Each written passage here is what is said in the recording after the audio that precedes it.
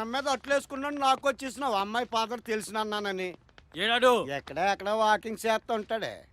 అదిగో ఎర్రసొక్క ఆయన. పక్క పాపిడి తీసి పట్టించులాగున్నావు కానీ కూతురు ఎట్టగంట పెంచేది. నా కూతురునరా పెంచాలా చెప్పడానికి నువ్వెవడోయా? నీ కూతురు బాధితుండే. ఇదేంటి? ఏడు పాపి విషయం ఏమిటి వివరంగా చెప్పండి. మా అబ్బాయి వీళ్ళ అమ్మాయిని ప్రేమిస్తున్నాడంటండి. అందుకోసం అమ్మాయికి అడగని అన్ని కొని పెడతాడు. ఎర్రి బాగుల కొడుకు. ఓర్రి, నా కూతురికి అదిచ్చి ఇదిచ్చి చెడగొడుతుంది నీ కొడుక. ఎవడా ఎక్కడ దొరుకుతాడా అని ఎన్నాళ్ళు ఎదురు చూస్తున్నాను. దాన్ని అడిగితే ఏం వినాల్సి వస్తుందో నిద్రాహారాలు మానేసి వారం రోజుల నుంచి ఏడుస్తున్నాను. అయితే పద ఆ నీ కొడుకుని అడ్డంగా నరికేద్దాం. One minute can I involve into this problem? Please because అందరూ ఒక కాలనీ మనుషులు కదా. మీ ప్రాబ్లం ఏంటో నాకు చెప్పండి. డిఎంకే చెప్పండి. మా అబ్బాయిని వాళ్ళ అమ్మాయి ప్రేమిస్తుందో లేదో తెలియదు కానీ ఇంట్లో ఒక్క సామాన్ ఉంచట్లేదు సార్. సగం సామాన్ మార్వాడిలో వాడుకుంటున్నాడు. మొన్న నా ప్రాణమైన ఉంగరాలు పోతే డబ్బు కట్టి తెచ్చుకున్నాను సార్. లింకులు లేకుండా మాట్లాడకండి. ఏం చేశాడో చెప్పండి. తాకట్టు పెట్టుకున్నాడు ఉండాలి కానీ నా అండర్వేర్ కూడా తాకట్టు పెడతాడు సార్. నా కొడుకు. ఎవరు చూడలేరు కదా. ఇల్లు గుల్ల చేసేస్తున్నాడు సార్. వీళ్ళ అమ్మాయిని మా అబ్బాయిని వదిలేమని చెప్పండి సార్. మళ్ళీ తప్పుగా మాట్లాడుతున్నావు. పక్క గదులు ర్యాంకుల కోసం చదువుకునే నా కూతురు ఈవేళ 24 గంటలు నెట్టతోనే కాపురం చేస్తుందయ్యా. అరే రాంగ్ కాల్స్ వస్తున్నాయి అనుకున్నానే గాని నా కూతురే రాంగ్ రూట్ లోకి వెళ్ళిపోయింది అనుకుని. దీనికి కారణం నీ కొడుకు కాదు. తప్పంత వీళ్ళ అబ్బాయిదే. అమ్మాయిలు మంచోళ్ళేనండి, అబ్బాయిలే యాదవలే. అదేంటి పానకాలు నా పక్కన చాలా తరపున మాట్లాడుతున్నా. అంతేలే, నా కొడుకు అంత అదవ కాదనా నీ కొడుకు పెద్ద మగధీరుడని పొగరు. మగధీరుడే. ఒక్కొక్కరిని కాదు, ఒకేసారి 100 మందిని రమ్మంటాడు. అరే సెల్ ఫోన్ లో సిమ్లు మార్చినంత ఈజీగా అమ్మాయిలు మార్చేస్తాడండి. ఏదో పెనం మీద పావుగంట ఇంట్రెస్టింగ్ గా అట్లేస్తున్నాడు అనుకున్నాను గానీ వాడి జీవితం ఇలాగా అంటగట్టిపోతుంది అనుకోలేదండి. ఆనందరావు గారు, ఈ రోజుల్లో కొడుకుల కంటే కూతుర్లే నయమండి. అందులోనూ మీ అమ్మాయి లాంటి అమ్మాయి ఒకరు ఉంటే ఆడి జీవితం ధన్యమైపోద్దండి. ఏంటి ఆనందరావు గారు, ఏంటి ఆలోచిస్తున్నారు? కమాన్ ఓపెన్ అప్. గుండెల్లో భారం దిచ్చేసుకోండి. వచ్చేయండి, మీరు కూడా వచ్చేయండి. కమాన్. సార్ ఆనందరావు గారు, ఏమైంది సార్? ఆడపిల్ల తండ్రిగా అతనితో సమస్య అయితే నాదొకటి. పెద్దల్ని గౌరవిస్తూ అమ్మా నాన్నంటే ఎంతో ప్రేమగుండే మా అమ్మాయి పూటకు అబద్ధం చెప్తుంటే తట్టుకోలేకపోతున్నాను. బంగారం లాంటి నా కూతుర్ని ప్రేమను ఒక సన్నాసి దాని చుట్టూ తిరిగి చివరికి ఎలా మార్చేశాడంటే, ఎవరన్నా ప్రేమిస్తున్నావా తల్లి అంటే చిచ్చి అలాంటిదేమి లేదు అంటుంది. ఐ లవ్ యూ డాడీ అని నన్ను, ఐ లవ్ యూ డార్లింగ్ అని వాడిని, పొద్దున్నే హాయ్ అని నాకు, సాయంత్రం బాయ్ అని వాడికి చెప్తుంటే రోజు ఈ గుండె కోతను భరించలేకపోతున్నాను. వాడిని ఏం చేయాలో అర్థం కావట్లేదు నాకు. అంకుల్. హాయ్. నేను టుమ్రి బయటికి వెళ్తున్నాం, మళ్ళీ ఈవినింగ్ వస్తాం. ఓకేనా? Okay. Daddy keys. Enjoy yourself. Okay bye uncle. Okay.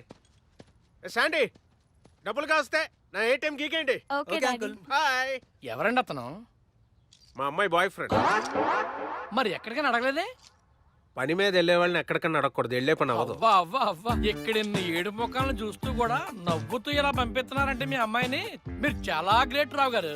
చూడండి, వన్ ఫైన్ మార్నింగ్ మీ అమ్మాయి ఒక చిన్న పిల్లని ఎత్తుకొచ్చి తాత అనమంటది. అప్పుడు తెలుస్తుంది. ఏం మాట్లాడుతున్నారు మీరు? అవునండి, మా పిల్లలు మాకు చెప్పకుండా వెళ్తేనే మాకు ఎన్ని ప్రాబ్లమ్స్ వచ్చాయి. మరి మీ పిల్లని దగ్గరుండి పంపిస్తున్నారు, మీకెన్ని ప్రాబ్లమ్స్ వస్తాయో చూడండి. My dear typical routine parents, నా పెంపకంలో మ్యాజిక్ ఉంది. అది టైం వస్తే తెలుస్తుంది. మన అమ్మాయి ప్రేమను మనం ఒప్పుకుంటే గడప దాటి వెళ్తుంది, లేదా గోడ దూకి వెళుతుంది. వెళ్ళడం మాత్రం ఆపలేం. మీ అందరికి ఇంకా సరిగ్గా అర్థమైనట్లేదు. సరే, కొంచెం మాస్గా వస్తా. ఆడపిల్ల ఏమన్నా కోడిపిల్ల అనుకున్నారా? గంప కింద దట్టగానే గుట్టుగా ఉండడానికి. ఒక్కసారి ఎవడు బొట్టులోనన్నా పడితే ఆ తర్వాత పరిగెత్తి ఇలా పట్టుకుందాం అనుకునే చివరికి లేదు బొచ్చే. పోనీ మన తెలివితేటలన్నీ ఉపయోగించి ఆపాలని ప్రయత్నిస్తే ఈలో భారీ సమాజం టీవీనే ఇవన్నీ ఎంటర్ అయిపోయి ఓ నిండు పసి హృదయాన్ని అర్థం చేసుకోలేని దుర్మార్గపు తండ్రి ఎవడో బ్రేక్ తర్వాత చూడండి అని కట్ చేస్తే ఇటో నలుగురు పెద్దలు, ఇటో యాంకరు కూర్చొని మన ఫుల్గా స్పూన్ వేసి తినేసి అని ట్రైన్ చేసి వెళ్ళిపోతారు. ప్రతి కుక్కకు రోజు వస్తుందంటారుగా, ఆ రోజు కుక్క మనం అవుతాం. ఇలా పోలీసులు పిలిచి మేజర్స్తో పెట్టుకోకండి అని వార్నింగ్ ఇస్తారు. అవసరమా? అంటే వీటికి భయపడి పిల్లల్ని మీ ఇష్టం వచ్చినట్టు ప్రేమించుకోండమ్మా, మీ ఇష్టం వచ్చినట్టు తిరగండమ్మా అని చెప్పాలా? అన్ని తెలిసి పెద్దవాళ్ళ నోరు మూసి కూర్చోవాలా?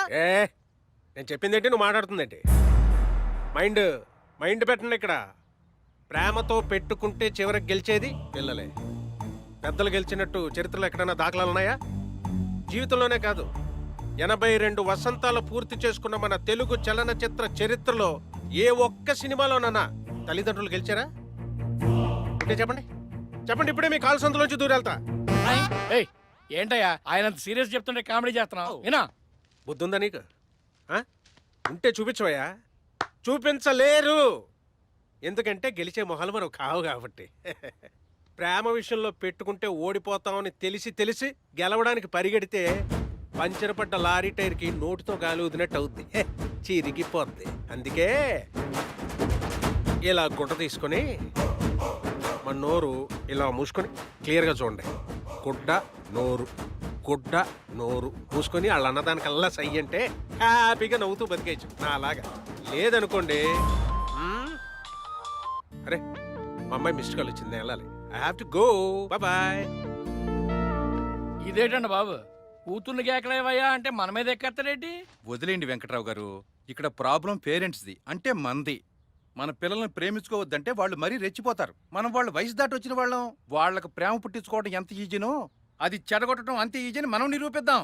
రేపటి నుంచి మన కాన్సన్ట్రేషన్ సంపాదన మీద కాదు, మన పిల్లల ప్రేమను చెడగొట్టడం మీద. మనం కొట్టే దెబ్బకు యూత్ కి దిమ్మ తిరిగిపోవాలి. కరెక్ట్ గా చెప్పారు ఆనందరావు గారు. ఏ సినిమాలోనూ తల్లిదండ్రులు గెలవలేదన్నాడు ఆయన. ఈ సినిమాలో మనం గెలిచి తల్లిదండ్రులు తడాకేంటో చూపిద్దాం. మనం కొట్టే దెబ్బకి తెల్లారులు ఇస్తే అమ్మాయిల చుట్టూ తిరిగే నా కొడుకులకి ప్యాంటు తడిసిపోవాలంతే. ఇంకెందుకు ఆలోచించాం, యూత్ మీద యుద్ధ పేరు మోగిద్దాం.